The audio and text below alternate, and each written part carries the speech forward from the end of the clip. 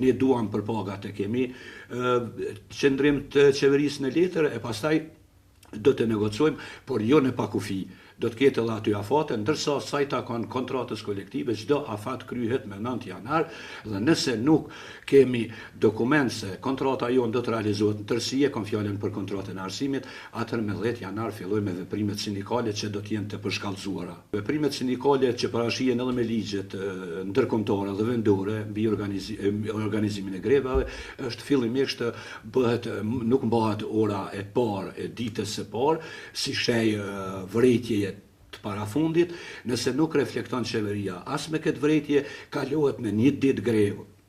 në tërë Kosovën, dhe nëse as kjo nuk ka jehon, dhe nëse as atëherë nuk reflekton qeveria, atëherë së bashku e shpall grevën e përgjithshme, që nënkupton se nuk do të punohet në tërë arsimin para universitar për jashtuar këtu qerllet. Nëse nuk reflekton me vërtet qeveria, as në aktet juridike të nënshkruane, atëherë nuk di, atëherë neve në metet ose ta qesim këtë qeverin në gjykata, ose të shkojmë me diçka të cilën ne nuk e dëshirojmë e për të cilën dikush o ka dëshirim. Por ajo që është më brengose dhe më irrituese për punëtor janë deklaratat e ministrave, pikërisht ministrit të ekonomisë, i cili mbrëmë në televizion publik me të vërtetë ka dhënë deklaratë pothuajse ofenduese,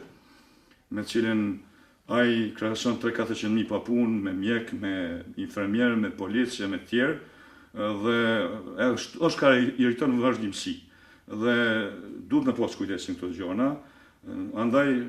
konsiderojmë se nëse vazhdohet në këtë mënyrë, ne do t'i mbledhim organet tona me flotat dhe të marrim vendimet konform ligjit mbi organizimin sindikal dhe grevat. Policia e Kosovës nuk ka të drejta mban greven, mirë po në kërkesë aty ne do t'i përkrahojmë edhe atë ditë unë me kryesin do t'i vizitoj ata, përndryshe edhe nëse marrin sindikata tjera vendim për grev, policia nuk ka drejt në grev. Të gjitha ato u nis nga protestat, të cilat nuk i dëshiron askush, mirë po besoj se çdo hap do të mirret në qëndrim me katër sindikata. Ashtu si do të veprojmë në të anësi, do të veprojmë edhe ne.